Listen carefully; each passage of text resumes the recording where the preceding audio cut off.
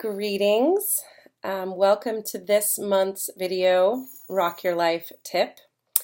Today I wanted to talk a little more on the theme that I've addressed in the last couple of videos, which is about embodying yourself, being more in your body, and the value that I have gotten in my journey of accepting my body, which has been one of my biggest personal journeys in my life, is going from really struggling being in my body and struggling being kind to my body and being kind to myself about my body, to a place now where that's mostly how I am with myself.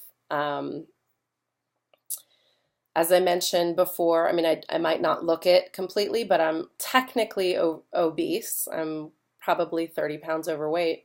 And for what it's worth, that might not mean anything. But my point is that now in a slightly bigger body or overweight body and not fit and not experiencing my ideal fantasy goal body experience, yet I am kinder, more loving, appreciative, and enjoy my body more than I have ever, or since I can remember. So probably a small child. There was a time about 12 years ago that I was about 30 pounds lighter, and I was really struggling with an eating disorder. And of course, the whole time I was in what I would now have as my ideal body, about 30 pounds lighter and a little more fit and obviously a bit younger. I ruined it because my thoughts, because of my mind, because of how I felt, how I talked to myself, how I thought of myself. And then that bled into my actions and decisions and relationships, and my entire life was then seen through that lens. And what I wanted to talk about is how great it is to be in a place now where I've gotten really clear on the distinction between my preferences, how I'd like to look, how I'd like to feel, preferences and everything. We all have a very human experience here, and it involves preferences in our music, our food. In this realm, in regards to my body, I have preferences in how I look, how I feel, how strong I am, all that. And then the difference between my preferences and my inherent value, my given worth as a human, my inherent unwavering worth. And now I feel like I've embodied and more fully experienced and realized the valuable difference in not confusing my preferences with my inherent value and worth. So what I mean is, I,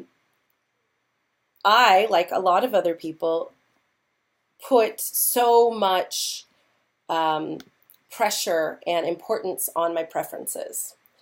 And the trap that a lot of us get stuck in is, if I look this way, then I'll be happy. If I have this partner, then I'll be happy. If I have this much money, if I have this, then this. And the this is always this external thing that is changing. And so I think what I thought was, I'll have the perfect body or my perfect body when I am a little stronger and a little more fit and definitely 30 pounds lighter. And yes, I might have physically felt better, although for me I didn't, because I was so nasty on the inside to myself that I couldn't even enjoy it. And that's a preference. It's a preference to look and feel a certain way. But my inherent value and your inherent value as being a lovable being, being a being that is capable of the most beautiful thing in the world, which is loving. So you're already completely worthy and valuable underneath your body and without a body. And whether your body is covered in scars or is too thin or too big or technically obese, or, we all have something, that your worth and your lovability is unwavering. That is never in question. You will not be more lovable when you're thinner. You will not be more lovable when you're stronger or when you're richer or when you're fill in the blank. You are completely, unlimitedly, if that's a word, lovable as you are right now. And everything else is just a preference on top.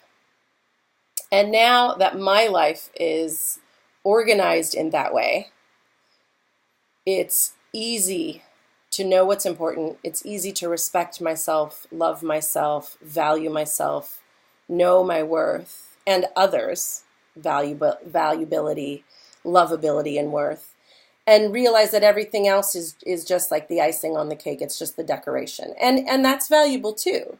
It's great to have preferences. That's what forms our personality and our life, and if we get to experience the things we like. So having said that, from a place of being a completely lovable person as I am, I now can say, I would prefer to tone up and lose weight. And I do. And that's what I'm here to kind of confess and hold myself accountable to with you right now, is that I do have preferences, of course, and you do too. And now I can go after them from a place of love, not from a place of I don't accept myself or I don't love myself. How can I do this external thing to then love myself? Because that actually doesn't work. And there are plenty of people that have the perfect thing, the perfect body or the perfect job or the perfect life, that are miserable because they don't have that foundation of recognizing their inherent value. So I want to encourage you to see the difference and not be confused. Your preferences don't make you lovable. Whether you attain them or don't attain them doesn't make you lovable or worthy or not. You just are. And as you work on that more and more, you will start to then explore your preferences and go after your preferences from a place of I really love myself and I want to give myself the life I want. I want to give myself the experiences I want, the friendships, the traveling, the body, the money, the job, the family, whatever it is. So from this place, this is where I'm at now. I haven't been engaged in an eating disorder in about 11 years, and I'm very proud of it, and it's great. And now my life is not about that, it's about a bunch of other things. And I can live from my body in a place of, well, what now? Now that I feel like I'm lovable, and I love myself as my overweight self. However, I'd prefer to be lighter. And so I am going to start being lighter. I'm going to start losing weight and toning up. And you guys get to watch me transform into that. And I just wanted to share that with you. And I'll keep you posted. And I wanted to remind you that you are lovable and worthy as you are. And any and all of the preferences that you have, which you have as a normal experience of a human life, to choose them not because they'll make you lovable or worthy, because you already are. Choose them from a place of worth and power and self-respect, and then watch how that unfolds for you. So that's what I wanted to talk about today, and I'll keep you posted on what I'm doing as far as my health transformation. I'm leaving tomorrow for Nashville, and I'm going to a health conference, and I'll tell you all about it. So I love you all. Take care. Ta-ta!